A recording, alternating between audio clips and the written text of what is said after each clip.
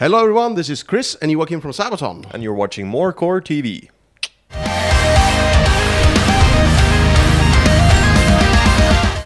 Hallo, Rock am Ring 2019, MoreCore TV. Wir sind hier mit Chris und Joakim von Sabaton. Hello guys, how you doing? Very good. Very good, thank you. So you arrived today from played yesterday in Rock and Park. How Yes. was it? How was the reactions? Hot and lots of fun. Lots of fun. Yes, pretty good start of the festival summer, I would say. Yeah. Was this your first stop for the festival tour? Yeah, almost. We did Pilsen in Czech Republic in about month 3 months ago or something like that. Yeah. Okay. So this is your first appearance on Rock am Ring and Rock and Park also. So was it like you expected it, or maybe a bit better, a bit worse? I don't know. No, I mean it's always overwhelming to come to a new festival. Yeah. But I think you were a little bit disappointed this morning when we got picked up. Yeah, we got picked up by a van, and I was thinking the first time on the Nürburgring I'm gonna have something with 500 horsepower or more. Of course, yeah. So yeah, I was a bit chuffed this morning. Yeah, they keep the better cars locked away for the artists. It was kind of shame for you guys. Yeah. So your last album, The Last Stand, is now 3 years. Was 3 years ago we released it. Yep. You just announced a new record, which called The Great War. Yes. And you released also the first teaser or first song with called Fields of Verdun. And you mentioned it's a concept album, right? Yes. So what is the theme of the album, and how do you approach writing a concept album? Well, it's about the First World War. Yeah. And the approach is a bit, different, but still the same. I mean, we started out with a few song ideas that we didn't have the concept. We had a few ideas of the concept, but we didn't know which one we were going to choose from. So we had like 3 different ideas going into it. And well, when you get the first kind of songs and you see which directions is this going, that's when we locked down on the Great War. And at that point, the music starts to be influenced by the topic at hand as well. You know, so. And in some cases, you know exactly which story you're going to tell, and sometimes when you're writing a song, you're just writing a song. Yeah, sure. And you'll find out what it's about later. Yeah. So you guys are, I would say, famous for your specific choice of themes, like war, battles, historical things that happened. And with a view on your new album, how important is a historical accuracy for you guys when you're writing the songs? Or the lyrics? Well, if we didn't do almost historically correct as good as we can, we wouldn't be taken seriously. Sure. Yeah. Yeah, I mean, we're a controversial band as it is. I mean, singing about these topics is gonna be somebody. I mean, there's at least 2 sides to every battle, Yeah. And so at least one group of people will be pissed off at what we sing about. Always, of course. So, but the thing is, we're not delivering any propaganda or a message, what's right or wrong. We're telling the story and the facts as it happened. Now, if we fucked up on the facts, we couldn't really do that, Sure. So would you say, maybe besides from playing huge venues and festivals and having the people who have sing in the crowd and have a lot of fun, is it also a goal for you to transport some knowledge, like history knowledge, and getting people maybe even interested in history? I consider it a nice bonus. We are not here to spread the gospel of history. Yeah. We spread the word. We spread the word. But no, it's a nice bonus. We are very passionate about history. Yeah. But if somebody just thinks Sabaton is a catchy music and I want to drink beer and sing along, that's totally fine too. Okay. So while we're talking about the historical accuracy and delivering the interest in history, you guys have a YouTube channel. Yep. Yes. With I would say small dokus, tiny dokus about the themes of your songs, about the battles. So how did this happen? How came the idea for this media? Well, actually, Per was doing a special on. There was a YouTube channel called The Great War, actually. Yeah. And that followed the events of World War II 100 years after they happened. Yeah. Like a news show almost. And Per was a guest because they had the topic for a special was sort of like Great War in culture and media. And Per was there visiting them, and well, of course, I mean that channel and that project came to an end on the 11th of November for obvious reasons. Sure. So and we had this idea or dream for a long time that we wanted to do something where you could give our music and the topics a bigger depth, in a way. And people sometimes misunderstand because they don't know the facts that we had at hand when we wrote the lyrics. Yeah. And there might also be references we're doing that aren't clear if you didn't know the story. Yeah. So basically a dream come true, and having some of the best guys on the internet helping us out doing it. Why not?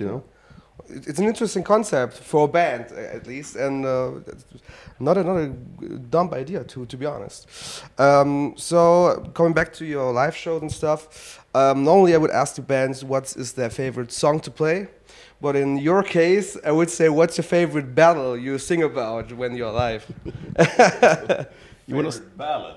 No, battle. Battle. Because it's so much about battle of. It could be a song, of course, but the question had to be like this. Yeah. Oh, that's a hard question. I mean, there's so many songs. I'm not that good in history as these guys, but man, it's hard to pick one. One of them is actually really cool that you told me about when we wrote, I think it was Heroes album, No Bullets Fly.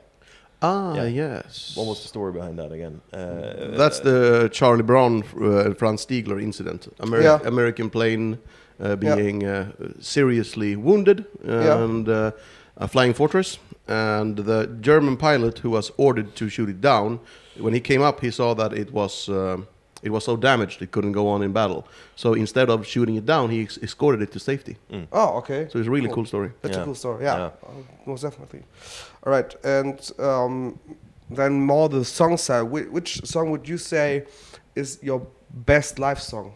Where you see the crowd anticipate it more, or Swedish Pagans? Oh, fuck you. For me, I mean, Primo Victoria is one of the ones because there are so many memories over the years, and people are always jumping and singing along. My personal favorite at the moment, though, I think it's yesterday, To Hell and Back brought the biggest smile to my face. Yeah. To Hell and Back, all right.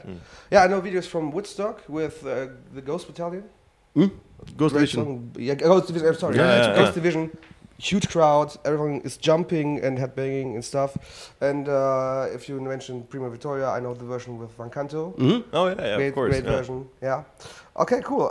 So you also released a music video quite some time ago, which called Bismarck. Yes. And I read about that your fans mostly wished for this theme. Yeah. And how did you get this information from the fans? We started like in 2000, 10 years ago now. 2009, we asked our fans, because every nation has its own history. Sure. Where every school kid knows in Germany is totally unheard of in Brazil. Yeah. And vice versa, Sure. So we've collected these ideas, and we've had it's even on our webpage, you can suggest ideas for us. Yeah. Because we want to hear those stories, because we are genuinely interested in history, even if we don't. Maybe everything turns into songs. Yeah. We want to know.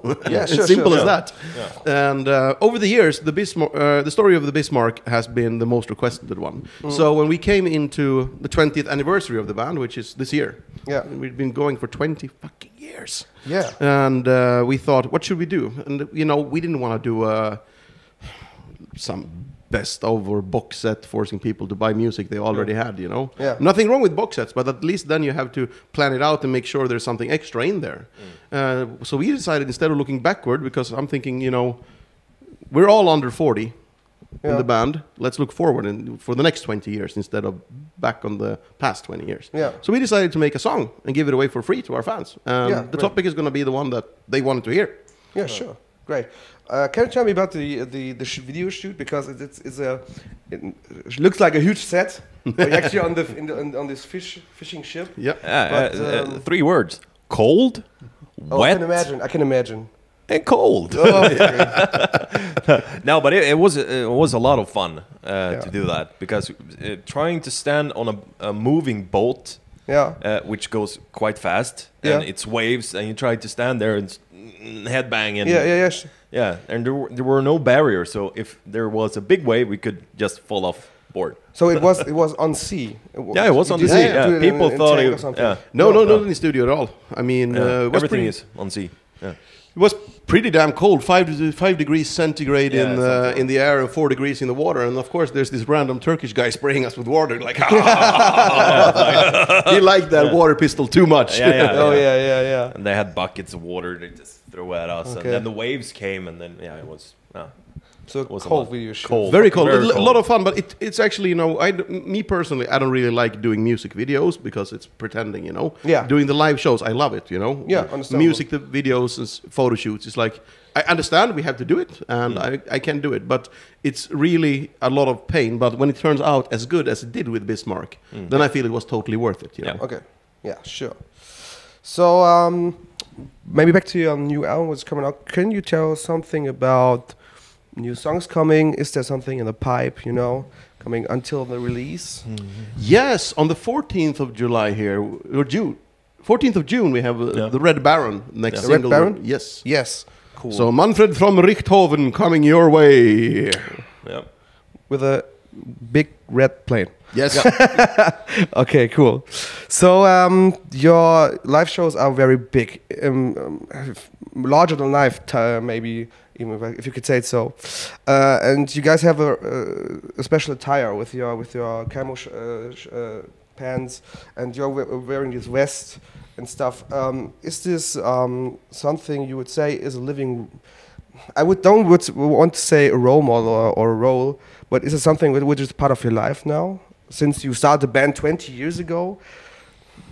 Well, in a sense, you get so used to putting that costume on and going on stage. Yeah. So, I mean, for me, it's kind of bizarre because if you're asking me to go on a stage and talk to people, and I'm doing that in a Sabaton costume, even if a lot of things, something happens on stage and, you know, I get the sign that, okay, something's wrong, you got to keep on talking, no problem at all.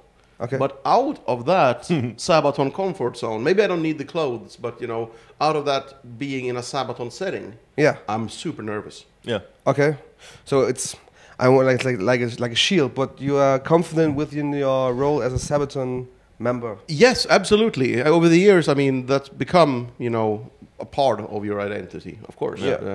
Doing it for so many years, and I've had, almost 15 years now. I think 14 or 13 years I've been having sort of a similar stage attire. Yeah.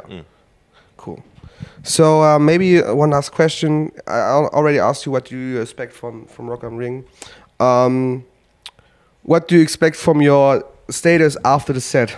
Do you think you are tired as shit, or always tired after the show? I mean, it's if we weren't tired, we weren't doing our fucking job. You know? Sure. But on the other hand, there are no shows for a while. No, we have a few days off here, so there might be a few beers drunk after the show. Staying until tomorrow? We're staying for a while because it's gonna take, I think, we leave at 2 or something like that today. I don't remember the exact time, but there will be time to catch some other bands and have a few beers for sure. Is there a band you want to see on Rock am Ring?